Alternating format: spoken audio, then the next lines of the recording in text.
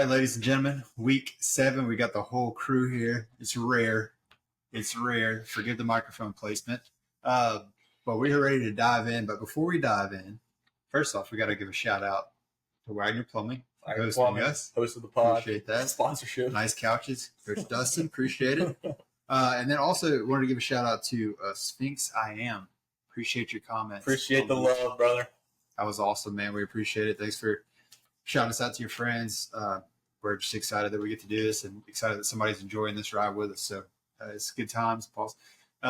But we are going to dive into week 7. We always start with our quarterback values. Anybody want to take the first route? Cole, you want me to start? Go ahead and start us off, Gabriel. All right, so typically we're looking for quarterback values. I'm going under $5,000 salary, but I think Dak Prescott is still underpriced for the MVP production that he's getting at $6,500. I got some stats for you. Playing Washington this week, they're 26th in total yards allowed at 356 yards a game, and Dak Prescott is scoring 25 points a game in his last 3 games, and he's been priced at like $6,500, which is somewhere around 18 or 19 points. So he's still outproducing all of his projected salary targets, and he's also getting CeeDee Lamb back this week. So I'm high on Dak Prescott. Caleb Williams, also 5,800 against New Orleans. New Orleans is ranked 28th versus quarterbacks. I mean, do I need to say how bad New Orleans really is? I could probably just leave it at that. And then Justin Fields, he's a weird case. He's in games where they get absolutely blown out, he balls out. Now, he had a tough game against Denver last week. He scored 4 points, but they were getting beat by like 37-7 against Dallas, and he had like 4 points, into that game with 25. Because of his rushing upside and garbage time, quarterbacks like that sometimes can prosper. So those are my 3 guys, but I think out of all of them, I'm most high on Dak against Washington. Dak on Washington. Well, I'll go next. I'm going to go opposite your pick. I'm going to go Jaden Daniels in this game at 6,900, one of the higher priced quarterbacks this week. But Dallas is 32nd to the quarterback position, allowing a shocking 27.2 fantasy points per game. 27.2. Would you like to know what the average is in the NFL? Yes. 17.8. Okay, so almost 10 double the average. 10 points higher. So Jaden Daniels had a good game last week. They've also allowed, one thing for Dallas defense that's important to note, they've allowed the most passing touchdowns in the league so far with 15. The running game is still, last week was a little iffy. Bill's shown some flashes, but they're kind of going by committee a little bit. Bill seems to take the major role here, but still think there's some question marks in the running game, so I really like Jaden Daniels with that pick against a terrible defense. That's my high tier. Middle tier, I've got Caleb Williams as well against New Orleans. New Orleans is the second most passing touchdowns with 14, so I think that's a really good opportunity there. New Orleans struggles. They've struggled all year long, and Caleb Williams is coming off of 1 passing touchdown, 1 rushing touchdown. So Caleb does have the ability to get in the end zone with his legs. So I do like that. He's kind of my middle price. And then my low price, you can't go wrong here. Anybody playing Miami's defense? So I've got Dylan Gabriel, one of the lowest quarterbacks on the slate at 4,800. Oh, darn it. Dylan Gabriel at 4,800 versus Miami. They're 31st, not 34th. There's not 34 teams. 31st to the quarterback position, averaging 23.3 to quarterbacks. And this is an interesting stat that I think is important if you're playing daily fantasy.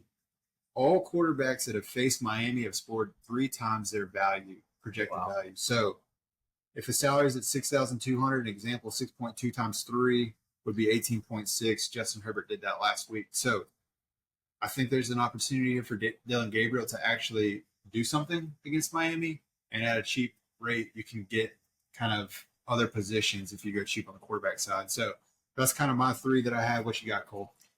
Yeah, you guys touched on one of my picks. Caleb Williams is definitely somebody I've got picked. There aren't 34 teams in the league, but if there are, the Saints might be 34th. That is very true. Even if there's not, they're still ranked 34th. Transition to that, Caleb Williams has had 1 mediocre week, I think, so far this year. I think 1 week. Let me see if I can pull up the stat here. I think it wasn't a great week, but it's typically around 18, 19 points. Darnell Washington, let's go. That's great. Yes, if you follow the TikTok channel, Darnell Washington touchdown in the captain spot. Called it. Not only that, that's 3 Steelers touchdowns from tight ends this week, which That's what we do, baby. so you can't really go wrong. The deep cuts. Some guy picked all 3 of the Steelers tight ends. I think. I don't know who it was, but you are a lucky guy. Anyways, back to what I was saying. The worst week Caleb Williams has had so far this year, he only scored 12.8 points against Las Vegas of all teams in week 4. But other than that, he's had 24, 18, 29, and 19.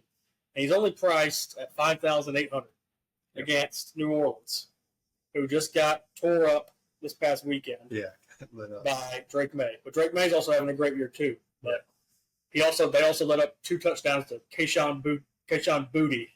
It's Booty. All right, transition. Running backs. What do we got for this week, week 7? So this is kind of, as y'all are kind of thinking through your picks, this is one of the hardest ones for me because I felt like there wasn't many gems this week. I felt like it was kind of stingy on prices, so you had to dig a little bit to try to find somebody. The first guy I got is Quinshon Judkins at 6,000. Judkins, sorry, at 6,000 versus Miami. They're 28th the running back positions.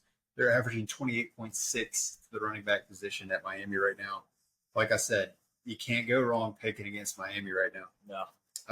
He didn't have a great week last week, so maybe low ownership, but should have a bounce back week in this spot. Miami's allowed 1,011 rushing yards this season already, which is a whopping 168.5 yards a game, which is kind of crazy to think about because we're so short into the season already. So second guy I got is J.K. Dobbins versus the Giants. So before last week, you were talking about Caleb Williams only having 1 mediocre week. Before last week, Dobbins scored 14.5 fantasy points or better in all games played. The Giants have allowed 7 touchdowns, which is tied for 7th this season, and they're 10th in rushing yards allowed. So they're kind of the bottom third of the league in rushing statistics. So I do like J.K. Dobbins there. His usage is still around 65 to 70 compared to R.J. Harvey's 30%. So I still think he's getting touches. I still think that his volume is there. So I like that pick as a sneaky 5,600 there. Yep. And then the last one I got, this is my high tier. I'm going Josh Jacobs again. So why Josh Jacobs? There's 2 running backs this week that are priced higher than him, Jonathan Taylor and Achane, right? Yep. However, Josh Jacobs has outscored both of them combined the last 2 weeks. He's had 30 and 31 in the past 2 weeks. Arizona's 24th to the running back position. So I think that given his matchup compared to Jonathan Taylor, compared to Achane, I like Josh Jacobs at a cheaper value as a top 3 running back. So that's kind of where I landed on my high tier running back position, but still finding value there, if that makes sense. He's also catching the ball like crazy. He had 5 catches last week and 5 targets last week as well. So he's catching everything that comes his way. So just something to keep an eye on there. He's still his ceiling is just so freaking high. It's hard not to pick him in these afternoon slate games. So, Gabe, what you got? So, I like Judkins, but I think Breece Hall on a team that's now lost its best receiver, Garrett Wilson, at least for this week, I think we have to look at Breece Hall at 6,300 against Carolina. Carolina's defense right now is being carried by that one performance against Atlanta. It's kind of bringing their averages down for total yards and points. I don't think Carolina's defense is as good as they're projected, and the reason I think that is because they're still one of the cheapest defenses on the DraftKings slate with all their statistical higher numbers. So I like Breece Hall. He had his largest workload of the season last week against Denver with Braylon Allen out with injury. So I like Breece Hall a lot. He should be heavily involved. But my other pick is Kendre Miller with Alvin Kamara. Alvin Kamara came out and said that he does not want to be traded from the Saints, but he has not practiced this week, which makes me think that even if he does play, he'll be limited. And I've done this every week. If Alvin Kamara is out, Kendre Miller is in for me no matter what, with the pass catching usage and the ability to against the Chicago defense that got lit up against Ashton Jeanty, which you mentioned last week, for 3 touchdowns and 156 total yards. So those are my 2 guys, including with Judkins. Cole, what do you have? Yeah, we spoke about a couple of these guys and touched on them a little bit. Quinshon Judkins is going for 6,000 right now. He's going up against the Dolphins defense, that's 32nd rushing yards per game. 30th in total yards and 30th in points. So we've talked a little bit about Dylan Gabriel, possibly having an opportunity to break out this week. But give me Quinshon Judkins. He's explosive carrying the ball. He's got potential to have a breakout game too, even though I think he's already had one. But another guy I've got is Jordan Mason, surprisingly. Somebody we haven't mentioned, but he's coming out of the bye week. Kevin O'Connell's going to have a game plan schemed up pretty good. It's the Eagles. They're playing the Eagles. And the Eagles right now are kind of reeling in the locker room a little bit. They've been lost the last few. They're 26th in rushing yards per game, 21st in total yards, and 21st in points. So I find that matchup to be interesting. I think that he might have low ownership this week. Just from the eye test of the Eagles, being the Eagles and the star power they have, I feel like he might be low owned. It might be somebody you can steal. Last guy I've got is Bill Krosky Merritt, 6,100. The Dallas D is Awful. minimal at best. Some serious shrinkage going on. Oh, wow. Shrinkage, right? Wow. He's got some shrinkage. They are, let's talk about it here. Let's pull up the stats. Let's let the stats do the talking. They're 30th against running backs. And if you go to where, on the DraftKings, if you go to where their matchup ranks are, there's more green than the stoplight going on. Yeah. They're 32nd in passing yards allowed, which obviously Krosky Merritt might catch a few passes, but 29th in rushing, 32nd in total yards, and 31st in points per game. So right now, like we've talked about in the last few weeks, Dak's keeping these guys in it with his MVP level play. Big Bill's only had one huge breakout week, and that was against the Chargers, which kind of goes to show you matchups you don't really know. You can take guesses, but because then he came back the next week in Chicago and only got 6.8. So, but I think it's safe to say Dallas's defense, we can take that matchup. Krosky's the lead option in Washington. That's proven from last week. Even with him only getting about 61 yards on the ground, he has 17 carries. He's the lead back, I think, in Washington right now, and they should be able to move the ball well against Dallas. He's averaging more points. He's averaging 13.5 on away games this year. So, and he is on the road to Dallas. Yeah. So those are my running backs that I've got. We can move it on to receivers now. Who's first? Receivers, Gabe. What you got? All right, I got 3 deep cuts. I'm talking. I got 2. I got 3 deep cuts.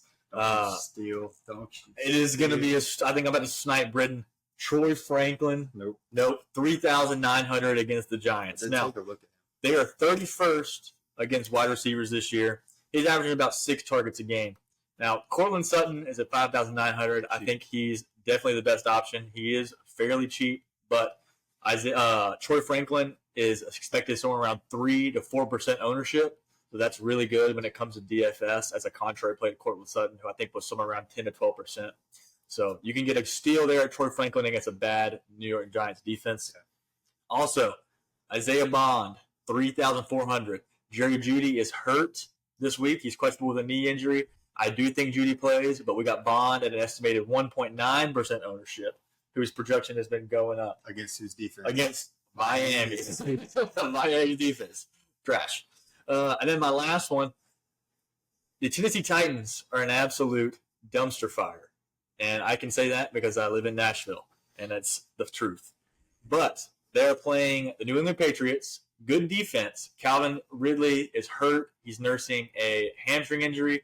I do not think he plays this week. So Elick Ayominor with Cam Ward going up against the New England defense, letting up 25 points a game. I like Elick at 4,200.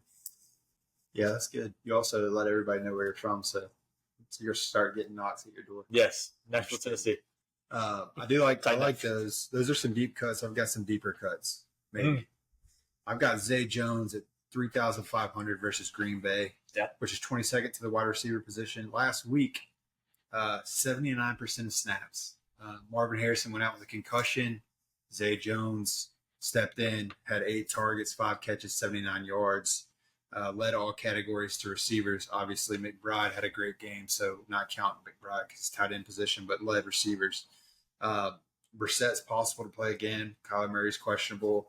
And then Marvin Harrison has not cleared concussion protocol. So if he doesn't clear, I really like Zay Jones this week at 3,500. Another guy, Gabe talked about him actually, if you're paying attention to the Monday Night TikTok, Gabe talked about this guy, had him in his lineup. Chris Moore at 3,000, one of the cheapest receivers you can get against Dallas, 32nd to receivers, obviously, because they're 32nd quarterbacks. But he played 68% of snaps. He's been playing a lot of snaps. 68% more than McCaffrey, more than Lane. Terry didn't practice again on Thursday. And Noah Brown went to IR on Wednesday. So they're desperate for receivers here.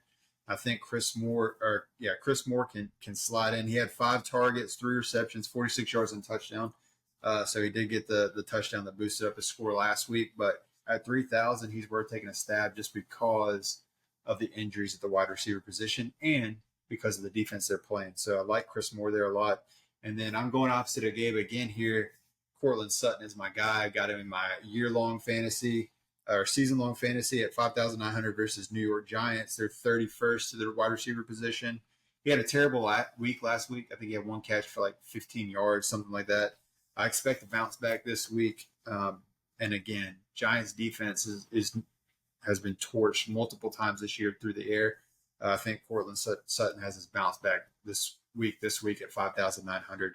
Those are my 3 guys, 2 deep cuts, 1 guy that's going to be higher ownership but has the potential to break through, have a high ceiling game in Cortland Sutton. What you got, Cole? Yeah, I didn't go that deep. You guys cut way deep. I'll tell you what, if y'all get these right, we're gonna pop off. Yeah, we're gonna get the views. We're gonna have a day, boys. Going deep. I mean, that's insane. I mean, that was really deep. I mean, the first guy I got circled, y'all didn't. I mean, I thought Jerry Jeudy was gonna be a deep cut at 4,400. I thought that was gonna catch y'all off guard with that. Y'all have completely just give them what they want. Solid the deep cut. It's a solid choice at 4,000. No, it was solid. Jerry Jeudy's at 4,400 coming off a 13 target game against who are they playing? 5 catches. Who are they playing? Miami. I mean, yeah, it's a breakout game. If he's going for 13 targets, I mean, I'll tell you who my favorite target is for Cleveland in a minute. Yeah, I've got we may all that would be a panic button push on that one. So let's get off of Jerry Jeudy here. Immunity. So next guy got Chris Olave at 5,400. He's under fire. He's on the spotlight right now. Saints fans aren't very happy. There's not many of them. He can't catch to sometimes save his life. He catches or he drops things that should be touchdowns, and it's frustrating. But it's came up. You a Saints fan or something? Big Saints fan. Gotta whisper it. Whisper it. But say what you just. He's in a prove it game this week, and he's a possible trade target.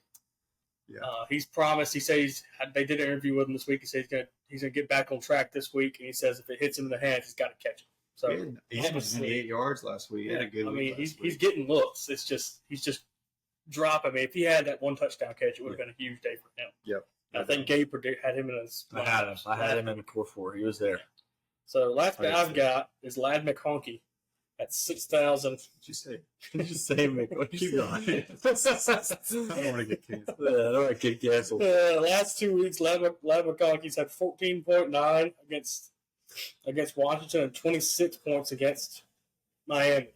So, as we know, the Miami defense is vulnerable, as we said 6,000 times this week, which builds into the Jerry Jeudy hype. But they're playing the Colts this week, which are better. They're ranked 29th against receivers. They let up 232 passing yards a game. That's good for 22nd in the league. And Ladd is definitely getting more looks now. I think he's starting to have that year he had last year starting to come back a little bit. Leading up to the last 2 weeks, it wasn't very good. Week 4, he had 2.1 points, and that's not going to cut it, man. That's rough. But he did have 6 targets. With Hampton going down, they're having to rely on Herbert a lot more. And McConkey was his first week with Hampton out and Najee both out, and he played well. So yeah, and Quentin Johnson's questionable. He's still again. questionable. He's still questionable. Keenan Allen's old leg can only hold up so long. Yeah, it's we're only getting close to Keenan Allen It's almost territory. IR time. Yeah, we're getting close to Keenan Allen IR But territory. if y'all remember last year, Keenan Allen on Thanksgiving Day had probably one of the best performances I think I've seen from a receiver. He had He did. against the Lions of all teams. So those are my 3 receivers: Chris Olave, Jerry Jeudy, and Ladd McConkey. I like it. All right, tight end position. Gabe, I'll let you go first. I know you're about to snipe mine. Number one tight end option this week. A guy who's averaging 6 targets a game with the starting tight end playing. Also playing a team that's ranked 25th versus tight ends. And an offense that has struggled a little bit to get out the gate, but they're playing the Miami defense. And he's projected ownership 5 to 6%. Harold Fannin Jr. at 3,900. I gave you the stats. He's a great play. 6 targets a game as the backup. The target number should only go up against Miami. Yeah, let me add because he's one of mine too. Yeah.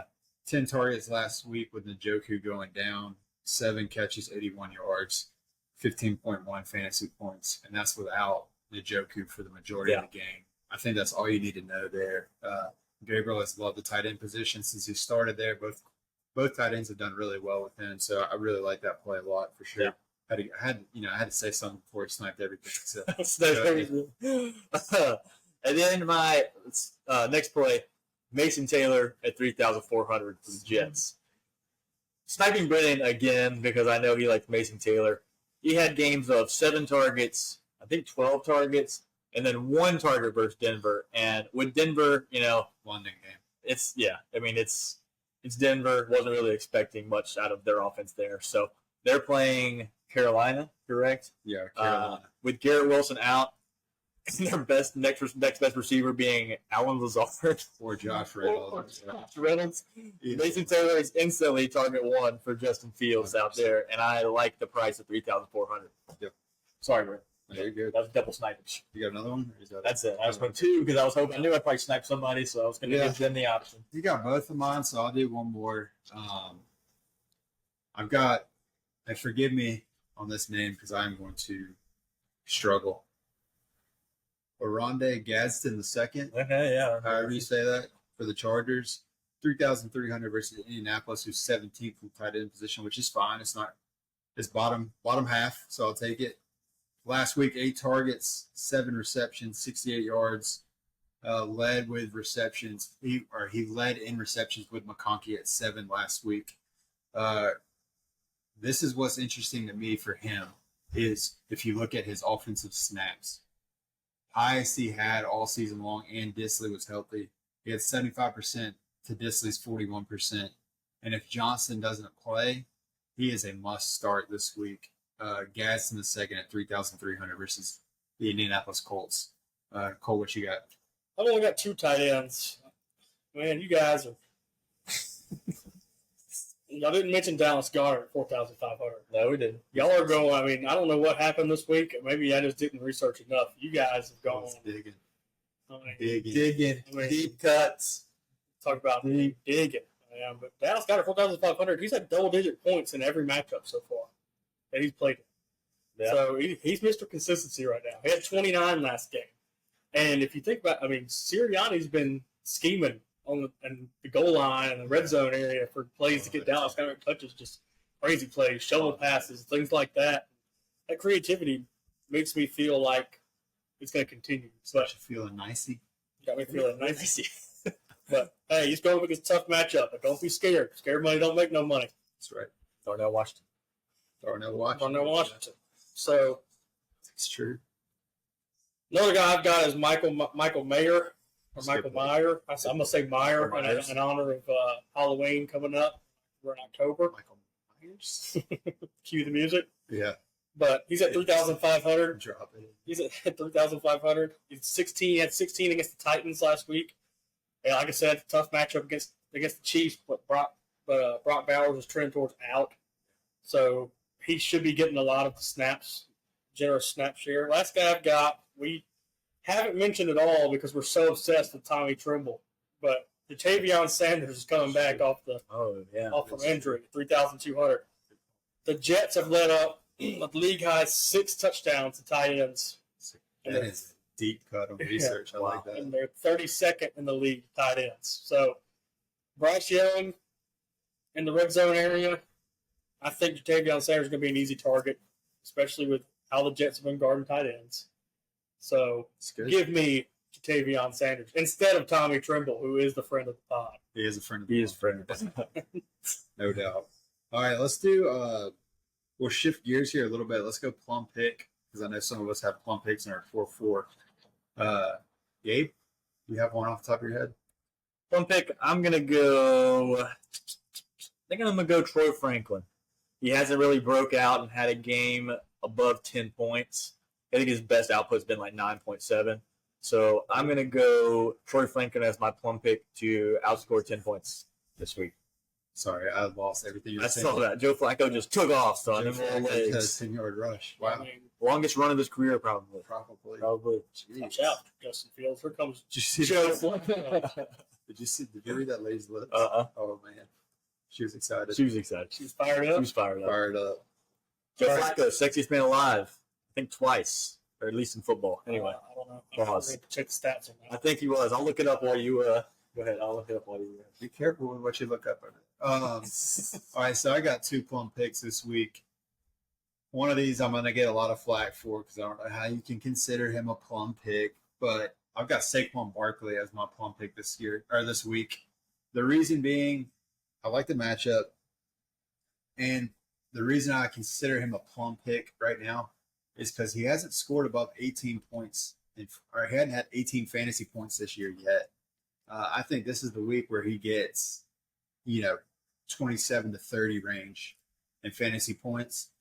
Just like the matchup, I feel like they're going to have to get back to the ground game. They're going to have to utilize him if they want to have success. That's how they had all their success last year. I think this is week 7 is his week. I'll just put it that way. I called my shot last week. Got the Ted McMillan touchdown. I'll call it this week. You can clip it. Saquon, 27 to 30 fantasy points. And then my second plum pick is Chris Moore. Okay. Chris Moore at 3,000 versus Dallas. Had a good week last week. I expect that to continue moving forward. What you got, Cole? Give me Jerry Judy. Jerry. It's got to be his week, man. It's got to be. He's got to break through at some point. Why not do it I hope so. against the defenseless Dolphins, man? Roll Tide. I Jerry mean, Jeudy. Dylan Gabriel's got to find his top target right now. I mean, he's got to find him. If he wants to build that confidence, he's going to have to find him. And I know y'all think Fannon's going to be the guy. He might just be the guy. But I really, really want Jerry Judy to be a friend of the pod. But it's just hasn't He's worked out this struggling. year.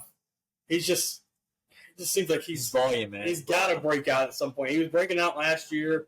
Flacco was getting him the ball. Now Flacco's getting the ball to Jamar Chase. Gabriel's getting more comfortable, so they'll try to find it. All right. 4-4. Joe- She got something. Joe Flacco was rated 20 in 2017. He was named sexiest player in the NFL. Move over, Joe Namath, the real Broadway Joe. Joe Flacco. And that's why you listen to us right there. Go for it, baby. Let's just flack off to him. Yeah. Like, all right, Core 4. Here we go. Core 4. Gabe, we got a couple new subscribers this week. Would you like to give us kind of a little breakdown of Core 4, what we mean by that? Yeah. So Core 4 in DraftKings, the variance is insane. I mean, there's over 1 million different types of lineup variations you can have any given week. So how do you cut that variance out? Finding 3 to 4 players that you can build your lineups around, and if they go off, you can kind of cut down on some of that variance with the other players you build around them. That's the whole point of having Core 4 plays that are good values. That's how you win fantasy. That's how you win DraftKings teams, is having, cutting out the variance. Anyway, so where I'm going Core 4, Justin Fields, I like him a lot, 5,700. Quinshon Judkins at 6,000, a little bit steeper there, but here are my 2 deep cuts. Troy Franklin, 3,900. Like I said, projected ownership somewhere around 3.5%.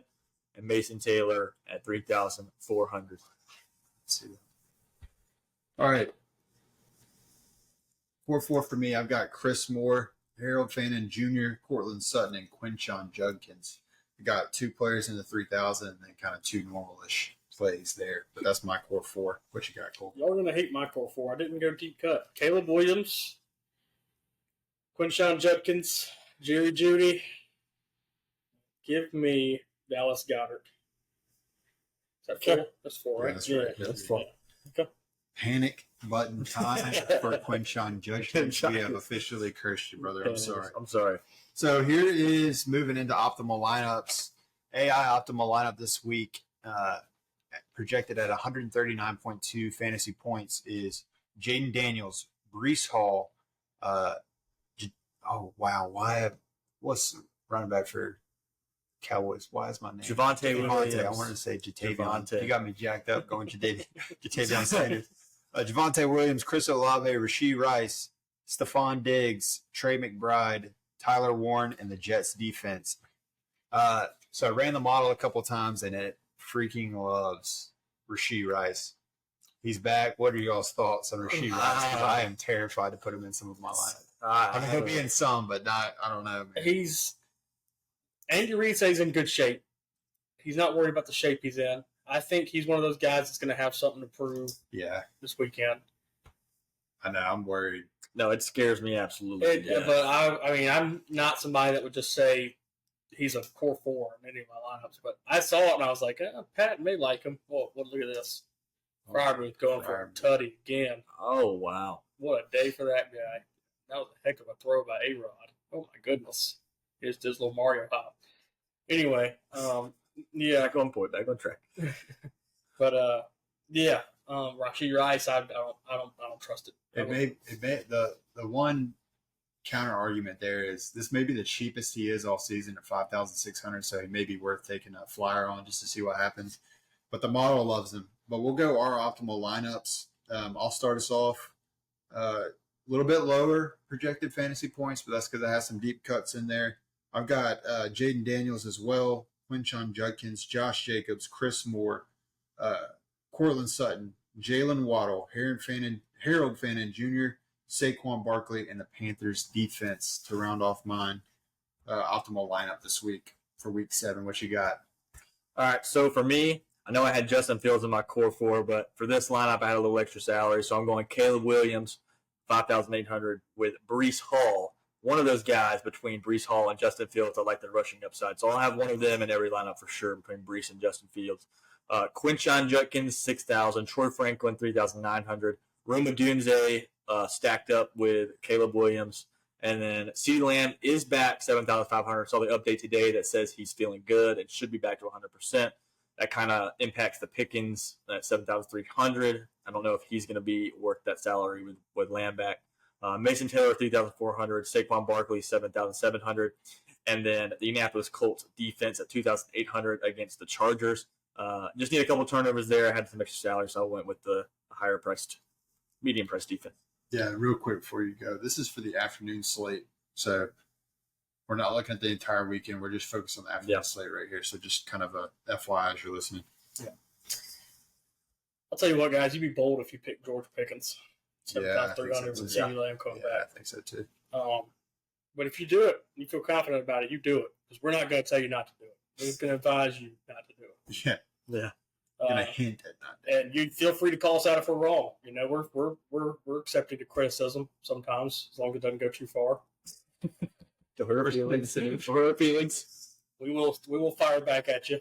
We fired back at a few people on TikTok that I called Gabe out. Gabe makes Thursday night and Monday night lineups for showdowns, and I've called him out a few times on some bad calls.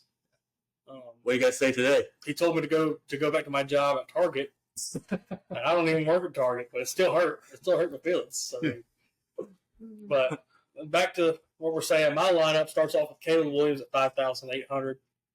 Must take against the Saints. Quinshon Judkins is my running back 1. Jonathan Taylor is my running back 2. Jerry Jeudy at 4,400 is my wide receiver 1. Lad McConkey at 6,000 is my wide receiver 2. Chris Olave at 5,400 is my wide receiver 3. Tavion Sanders is the tight end, and Josh Jacobs is the flex, with the Panthers defense getting the start against New York. Let's hope Justin Fields can't make a forward pass. They said he's going to be more aggressive this week and throwing the ball. I think that's a bad idea. With no Garrett Wilson, they're going to go against him now. Okay. Bad idea. What y'all got? Anything as we get ready to close out? Any last minute thoughts? I know. I was thinking about maybe we got a little extra time here. Got a few minutes. I was thinking about no touchy. Let me. You got any no touchies for this weekend? Anybody that you're steering clear? Well, I think we hinted a little bit at George Pickens. I was thinking George. I think George may be a no touchy for me with CeeDee Lamb coming back. That's not to say that he can't have a decent game. I just don't think he'll be numbers wise where he's been the last 2 weeks. maybe on my list of no touchies this week. I'm trying to think if there's anybody else that I'm. There's somebody that Golf, sticks yeah. out for me. What you got? Don't pick Rico Dowdle this week if Chuba Hubbard's back. Oh yeah. Yeah. Please I don't. mean, yeah. I mean, if you do and he goes off, fine. But it's kind of risky to pick somebody at such a high salary with the starter coming back. Yeah. Now, he will see increased production because he's done so good the last 2 weeks, but you don't know what you're going to get in that game with Chuba back. I am gonna be a no touchy on Rasheed Rice at 5,600 until I see how much usage they get with Worthy playing well, Tyquan Thornton, Juju, Kelsey. Kind of rolling them right now. They've won 3 straight weeks, I think. Hollywood had 2 touchdowns last Yeah, week. Hollywood's playing good. I don't see Rasheed Rice coming in first week off a 6-game suspension and then just blowing him up and getting 5. He's got to get about 16, 17 points to meet that salary projection in his first game back. I know it's Las Vegas. That's also kind of scares me because Las Vegas is bad. But if they get out a lot against Las Vegas and they stop passing the ball, be an issue. That's a So good point. I'm going to go touching on Rasheed Rice till I see what his usage is going to be. Because Andy Reid didn't really do us any favors by saying, we'll see how many snaps he can play. He's in good shape. But he didn't say he'll be out there every snap. He just said, we'll see. So I don't like that. Yeah. More reliable. Who's your, Oh, Debo. yeah, I don't even mention him anymore because everybody knows now. he didn't practice this week with a heel injury, and he didn't play much last week. I think he had like 4 catches for 15 yards. But that was just enough to beat me in season long by 0.02 points. Going to bring that up. Okay. Breakout game for the Commanders receiving core without Debo Samuel. They're going to look fantastic this week. Chris Moore. Luke McCaffrey, Chris Moore. Luke, yeah. Yeah. Oh, this is random, but Luke McCaffrey, I was looking 3 touchdowns already this season. Yeah. So just I FYI, mean, I would as you're never looking guessed that. at, Never would have guessed that. him, yeah, as you're looking at him, he's Is he the one that's taking Caitlin Clark? Who's the one that's taking Caitlin Clark? I don't know. We're getting derailed. We're getting too We need to get off right Yeah. now before we start talking. We've already talked about sexiest man alive, Caitlin Clark. I don't think it's Luke McCaffrey. That needs to be it for us. Yeah, it's Luke. It's from Iowa. Yeah, it's McCaffrey. It's just Fran McCaffrey is the Fran coach's McCaffrey. name. It's another. It's not It's Luke his son. McCaffrey. It's not Christian McCaffrey. Yeah, it's not. You know, is Luke McCaffrey Christian McCaffrey's brother? Yeah, it is. News to me. All right, Later, no Rice. wonder he's so good. All right, well, that's it for us. Week 7 in the books. Sorry about the little bit. It's a little different now with us sitting together, but hopefully next week we'll be back to normal. It was fun just to get together and hang out. But we'll see you. Careful. We'll see you in week 8. Good luck in week 7. Happy hunting. We'll catch y'all later. See ya. Don't look up those pictures, Joe Flacco. Yeah, I'll do that.